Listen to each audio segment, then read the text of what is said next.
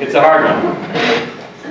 I've always just kind of shrugged my shoulders and thought, well, you can't figure everything out. But if Gideon is the poster child for fear, Jephthah's got to be the poster child for making bad decisions. If you've ever made a stupid decision in your life and felt the painful consequences of that decision, then this story's for you. First, let's catch up on the history of Israel leading up to the time of Jephthah. We get to the end of the sin cycle with Gideon. The people have peace. Chapter 8, verse 28. The land had rest 40 years in the days of Gideon. But it seems to not last very long. Verse 33 says, as soon as Gideon died, the people of Israel turned again and whored after the Baals. The people of Israel did not remember the Lord their God, who had delivered them from the hand of all their enemies on every side. So Abimelech rises up to judge Israel, but his time is not very peaceful. Abimelech rules over Israel for 3 years, and God sent an evil spirit between Abimelech and the leaders of Shechem. The leaders of Shechem dealt treacherously with Abimelech, that the violence done to the 70 sons of Gideon might come, and their blood be laid on Abimelech their brother, who killed them, on the men of Shechem, who strengthened his hands to kill his brother. The next judge after Abimelech is pretty easy. After Abimelech, there arose to save Israel Tola. And he judged Israel 23 years. That's it. That's all we know about Tola. He judged Israel for 23 years. After Tola comes Jair, the Gileadite, who judged Israel 22 years. He had 30 sons who rode on 30 donkeys. They had 30 cities, which are in the land of Gilead, and Jair died and was buried in the kingdom. So Jair judges Israel for 22 years. We read he had 30 sons, which kind of implies he had some time on his hand. And it was probably a pretty peaceful time. Donkeys are used in peace, for farming and things like that. Horses are for war, donkeys are for peace. So I think things were pretty quiet during the times of Jair. But not for long. In verse 6, we see Israel again did what was evil in the sight of the Lord. The anger of the Lord was kindled against Israel, and he sold them into the hand of the Philistines and into the hand of the Ammonites. And something strange, something kind of unique happens. Without a spiritual leader to guide them, without someone to cajole them and encourage them and push them, they still repent on their own. Jair is gone, and people are living lives of evil continually and serving just about every god around them. And yet, in verse 10, the people of Israel cry out to the Lord, we have sinned against you, because they have forsaken our God and have served the Baals. Somehow, though, it must not be the same without a leader, because God doesn't accept it. God says, go and cry to the gods you've chosen. I will deliver you no more. We see an interesting lesson here, an important point. If you're not getting the answer that you want, you ask again. Verse 15. People said to the Lord, we have sinned. Do to us whatever seems good to you. Only please deliver us. So they put away the foreign gods from among them and served the Lord, and he became impatient over the misery of Israel. So this time it works. I know that the King James says that God's soul was grieved over the misery of Israel. I love that picture you see there of God being grieved over their misery. Notice they do something different this time. It seems they, this time, put away the foreign gods. So they had appealed to him before, we have sinned, save us. But I don't think they really put away those gods. Now they come to God and they make them the best effort to try to clean their life up. And God hears them. So now the time is right for another heroic chapter in the history of Israel. And enter Jephthah. But Jephthah doesn't come into this world normal, does he? Look at the strange life of Jephthah. Jephthah the Gileadite was a mighty warrior, but he was the son of a prostitute. Gilead was the father of Jephthah. So Gilead had spent some time with a prostitute. They had a son, and Gilead had taken him into his house. He lived with him. And Gilead had a wife, and she also bore him sons. Sounds like a recipe for disaster, doesn't it? If anyone's ever grown up in a mixed marriage, you've got his kids, her kids, and their kids, you may have experienced some of what Jephthah went through. It's hard for people to get along. It's hard for children especially to get along. And it would have been known where Jephthah came from. When his wife's sons grew up, they drove Jephthah out. They said, "You shall not have an inheritance in our father's house. You are the son of another woman." Verse 3 says, Jephthah fled from his brothers and lived in the land of Tob, and worthless fellows collected around Jephthah and went out with him. This is not the son that you want to be thinking about when you're laying in bed. You wake up at 4 o'clock in the morning and your thoughts turn to your children. You think about Jephthah, the one born of a sinful mistake on your part, the one derided and ridiculed by your real kids, kicked out of the house and you didn't put your foot down and stop him. Kicked out of the house, and now he's living off somewhere in the woods, and worthless fellows collecting on him. I said that Jephthah is the poster child for bad decisions. Look where this man is right now. Just take a look at this story of Jephthah, the child of a prostitute, clearly a bad decision on his father's part. In our culture, it's common for men to have affairs. Marriages are destroyed, and often new marriages form. Often there's children involved. A modern family is a reality of the world we live in. We can't change it. We can't set up rules against it. We have to learn to love and accept all the children in our ecclesia, in our life, and help them come to learn about God and His ways, no matter how they came into this world, who their parents were, what mistakes they made, how they're blonde and all their brothers and sisters are redheads.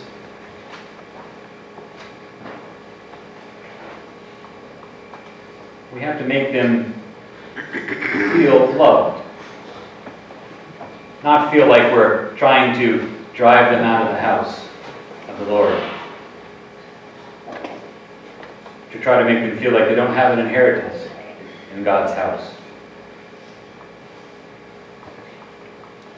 It's tough. I think that's an important part of our life as an ecclesia. It wasn't the case in the time of Jephthah. He wasn't loved and accepted by his brothers and sisters. He was rejected by his own brethren. It's a common theme among the righteous, you'll notice. Being rejected by your own brethren. So Jephthah kind of becomes an outsider. And worthless fellows collect around him. The kind of men that your mother warned you about. The kind of men that your father wouldn't let you hang out with. Told you not to spend any time with those boys. My dad used to say, if you run with dogs, you'll get fleas. Jephthah had been driven out in the wilderness by his brethren, and he's become kind of a Robin Hood, surrounded by a motley crew, and probably up to no good. A little bit of stealing hair, a little bit of robbery. You wonder what complications arose in his life because of the poor decisions he'd made. What compromises was he forced to make? What situations did he find himself in that he really wished he didn't have to be in? When you make bad choices, when you head down a wrong road, it brings consequences. It brings complications. it brings other choices that you're forced to make that most people don't have to make. Most people aren't having to face these kind of choices.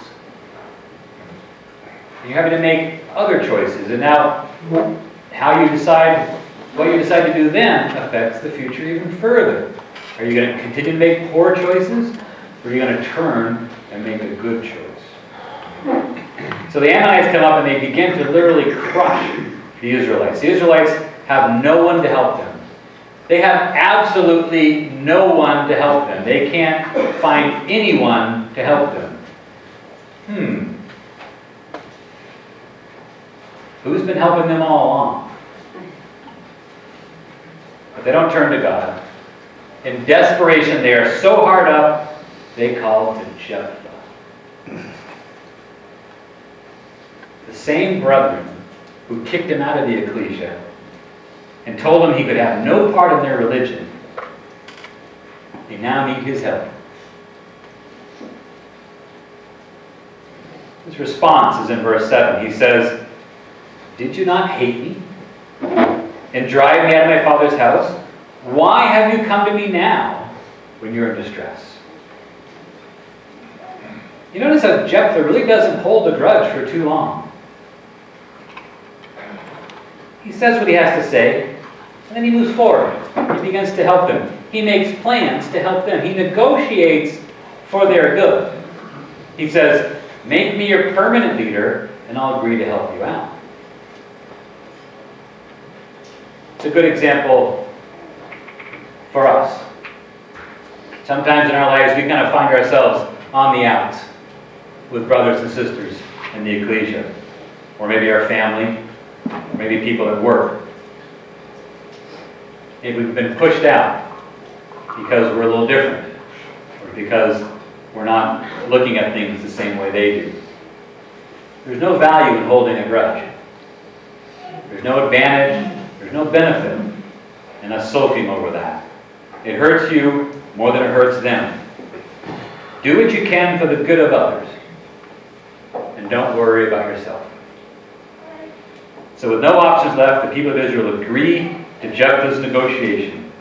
And look what kind of man Jephthah is. In verse 11, he went with the elders of Gilead, and the people made him head and leader over them. And Jephthah spoke all his words before the Lord at Mizpah. He makes a vow. He takes him to the sanctuary at Mizpah, and he ratifies this covenant before the Lord. He doesn't want them to think it's just, something is his word against their word. He wants us to be before the Lord. Consider a bit the character of a man who is treated horribly by his brothers and sisters, and despised and rejected by his own family. He's able to live in such a way that they still respect him. And they call him back and agree to have him become their leader. If you've been mistreated, if you've been put in a bad situation, you can live in such a way, honorably and right before God, that the people will eventually turn to you and say, "You were right. You need to come. We want you back in fellowship. We want you to be a leader, a spiritual leader in our ecclesia." And instead of rubbing in their noses and watching them suffer the consequences of their action, which he could do, he could say, "No, you guys didn't help me out, and I'm not going to help you out." Instead, he accepts. His love and concern for them was greater than his pride. That's a good one for me to remember. I need to have love and concern for God's brothers and sisters. And I need to do so. It needs to be more important to me than where I stand in that situation, what I get out of it, what my pride is, how my feelings have been hurt.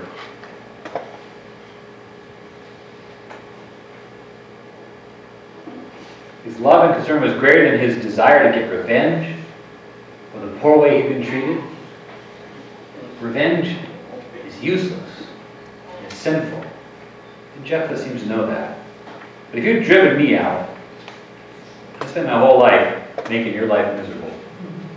And I've become your enemy forever. And I never would have agreed to help you out in your time of need. But thankfully, Jephthah wasn't like me. Consider how he also patiently tries to reason with the Ammonites, with the enemy. Instead of attacking right away, he sends a delegation to negotiate. He sent messengers to the king of the Ammonites and said, "What do you have against me that you have come to fight against my land?" And the king of the Ammonites answered the messengers of Jephthah, "Because of Israel, on coming up from Egypt, took away my land from the Ammon to the Jabbok to the Jordan. Now therefore restore it peacefully." Jephthah patiently tries to explain to them the truth. Israel asked permission to pass through the land, but they refused. So our only recourse was for us to come in and to conquer the land. And by the way, it was the Amorites who took it from you, it was the Amorites who took the land from, not you Ammonites. And we've had this land for over 300 years. He tries to reason with them. But remember what we did to Balak, king of Moab, when he tried to take the land? Are you sure you want to come try to take this? Oh, and one more thing. One more thing, he says. We have God on our side. Will you not possess what Chemosh your God gives you to possess? And all the Lord our God has dispossessed before us, we will possess. One thing comes out in Jephthah's negotiation with the Ammonites is he knew his Bible. He had the history of his people hundreds of years before he was born right at his fingertips. He was able to talk about things that happened hundreds of years ago. He had a deep sense of reverence for what God had done with his people. He understood God's plan for Israel. And more importantly, he understood that he was now playing a part in that plan. But the king of Ammon wasn't really interested. He wasn't wanting to talk. He wasn't interested in diplomacy. The king of Ammonites did not listen to the word of Jephthah. So, we see this happen again. The Spirit of the Lord was upon Jephthah. As it had on Othniel and Gideon before him, the Spirit of the Lord comes and it clothed itself in Jephthah. Jephthah crosses through Gilead and Manasseh on a recruiting trip, and he stops again at the sanctuary of Mizpah. And there he makes a vow to the Lord. And from that vow comes our lesson today. Little is said of the victory. All we know is that the Lord gave a great victory that day to Jephthah. Even though we see later on that Jephthah had a very small army, the Ammonites were routed and pursued for many miles. And like in many of the stories of the Judges, it's not about the amount of men in the fight. It's about the amount of faith in the men. It's about God delivering them, God going before to fight the battle for them. Jephthah was a faithful man, and God worked through him to accomplish a devastating victory against the Ammonites. Jephthah was able to return to Mizpah fully satisfied that he had accomplished what he had promised to attempt. But now, his vow is due. Remember Jephthah's vow? Let's take a look at that. Chapter 11, verse 30. Jephthah made a vow to the Lord and said, "If you will give the Ammonites into my hand, then whatever comes out of the doors of my house to meet me when I return in peace from the Ammonites shall be the Lord's. And I will offer it up for a burnt offering." So Jephthah crossed over the Ammonites to fight against them, and the Lord gave them into his hand. Verse 33. And he struck them from Aroer to the neighborhood of Nimmath, 20 cities, and as far as Abel-Keramim, with a great blow. So the Ammonites were subdued before the people of Israel. Then Jephthah came to his home in Mizpah, and behold, his daughter came out to meet him with tambourines and with dances. She was his only child. Besides her, he had neither son nor daughter. And as soon as he saw her, he tore his clothes and said, "Alas, my daughter, you have brought me very low. You have become the cause of great trouble to me. For I have opened my mouth to the Lord, and I cannot take back my vow." When you read this, what's the first thing that comes to your mind? First thing that comes to my mind is, what were you thinking? What were you thinking? Which, by the way, is not a helpful thing to say to someone when they come to you and tell you about their problem. I made a stupid decision. I did this. I sent my money to Nigeria because the guy promised me $40 million. What were you thinking? It's not a really helpful thing, but that's what I asked when I see this story of Jephthah. And we don't know. There's lots of theories. Everyone has an idea. I have an idea, but we don't really know. We obviously don't know what he was thinking. I think this is one of the most discussed problems in all of Judges. I've heard all different kinds of theories, and I suppose you've heard lots of them yourself. To my mind, it's clear that Jephthah was expecting to give to God, in fulfillment of his vow, a person, not an animal. Look what he said in that first verse. Whatever comes out from the doors of my house to meet me shall be the Lord's. What kind of animal do you think he was expecting to come out of the doors of his house? Are sheep or goats or bulls inside of his house going to come running out to meet him? I don't think so. Maybe a dog, like a golden retriever. But dogs weren't in people's houses back then. The only acceptable offerings to God were sheep, and goats, and bullocks, or a pigeon. Do you really think that he expected one of those to come out to meet him upon his victorious return? What's he thinking? I don't think we can understand it. We do know he only had one child. That's what verse 34 said. She was his only child. But he was a wealthy man, so maybe he expected a servant to be the first one out of the house. I don't know. What we do know is the kind of person he was. He might have spoken foolishly. He might have said this vow in a moment of haste, without thinking through all the consequences, flush with the idea of being successful in this battle. He's a faithful man. Look at his response when she comes out in verse 35. I cannot take back my vow.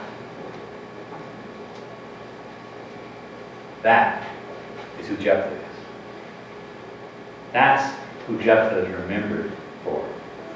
This last phrase shows what a sterling character Jephthah had. I cannot take back my vow. No matter what happens, his vow to God has to be performed. To me, I think that's the lesson of Jephthah. It doesn't matter what he was thinking, what he was intending, whether she was going to go worship in the temple service or whether he was actually going to sacrifice her. None of that really matters. To me, this is the lesson. The great things can happen if we're faithful to our vows, even if they're bad choices. Even if we make poor choices. And we all do. Every one of us make bad decisions from time to time. Often it's because we're wanting something we can't, with me, it's often because I'm wanting something I can't afford. So I make a bad decision and I have to live with the financial consequences of that decision. Sometimes it's because we want to show off to someone or impress them with how great we are, or how smart we are. And we agree to something we never should have got into in the first place. Sometimes it's not a sinful thing at all. Sometimes it's just plain stupid. You just do something without thinking. Whatever the circumstances, when we find ourselves in the same position as Jephthah, and out of the house comes bounding your only daughter with her arms outstretched to greet you, and your heart drops into your stomach, the next thing you say is what matters the most. We all say stupid things. We all make bad decisions, make poor choices in our life. We've all made commitments that we didn't really want to make and we don't really want to live up to. The question is what you do next. I love what David says about this concept. He was familiar with this. Look what David writes in Psalm 15. O Lord, who shall sojourn in your tent? Who shall dwell in your holy hill? He who walks blamelessly and does what is right and speaks truth in his heart. Amen. Who does not slander with his tongue, and does no evil to his neighbor, or takes up reproach against his friend. That's right. In whose eyes a vile person is despised, but who honors those who fear the Lord. Who swears to his own hurt and does not change. Does not put his money out of interest and doesn't take a bribe against innocent. He who does these things shall never be moved. Keeping your word is easy when it's easy. When I promise you $1 because the Cowboys beat the Indians, or whatever sport that is. When I promise you $1 and it was a stupid thing to do, and you win, and you come to me for your $1, it's easy. When we start adding zeros to that, it's not that easy. Keeping your word when it hurts is what defines us as a person. What is the reward for the man who swears to his own hurt and does not change? The man who keeps his oath even when it hurts? They get to dwell in the Lord's sanctuary. They get to live on the Lord's holy hill. They will never be shaken. He who does these things shall never be moved. That's the lesson from Jephthah.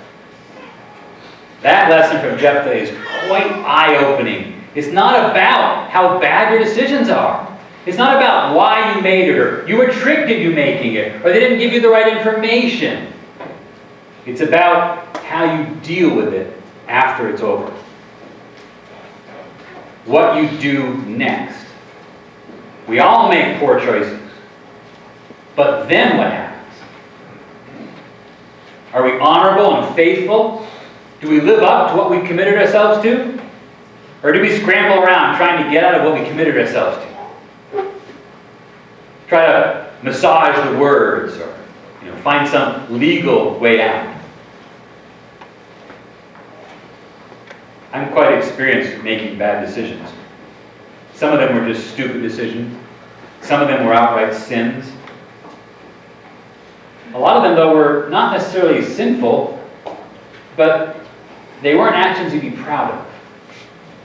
I didn't want people to find out about it. It wasn't really a sin, but I don't want you to think that I'm dumb.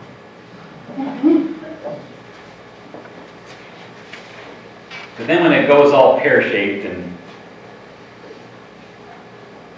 everything that could go wrong goes wrong, that's when I can turn it into a sin faster than you blink an eye. The actual poor choice that you made may not be that big of a deal in the end, but when you go through all kinds of machinations to avoid the consequences of your poor choice, that's when sin comes knocking at your door. Remember David and Bathsheba? He's not the first man ever to sleep with another man's wife. It's not unheard of. It's not like it had never happened before. You're up on the roof, you look down, she's naked, she's beautiful. I understand. No one would defend what he did. No one would think what he did is right. You'd never encourage it. But we're also not blind enough to realize that doesn't happen all the time. David made a poor choice. And he fell to a very common sin. But it's what he does after that really hangs him. Jumping through all those hoops to try to get Uriah to sleep with his wife. And finally giving up. And effectively ordering Uriah's assassination. If a man is blessed for swearing to his own hurt and not changing, then think of what the punishment is for a man who swears to his own hurt and then does everything possible to try to get out of his responsibilities.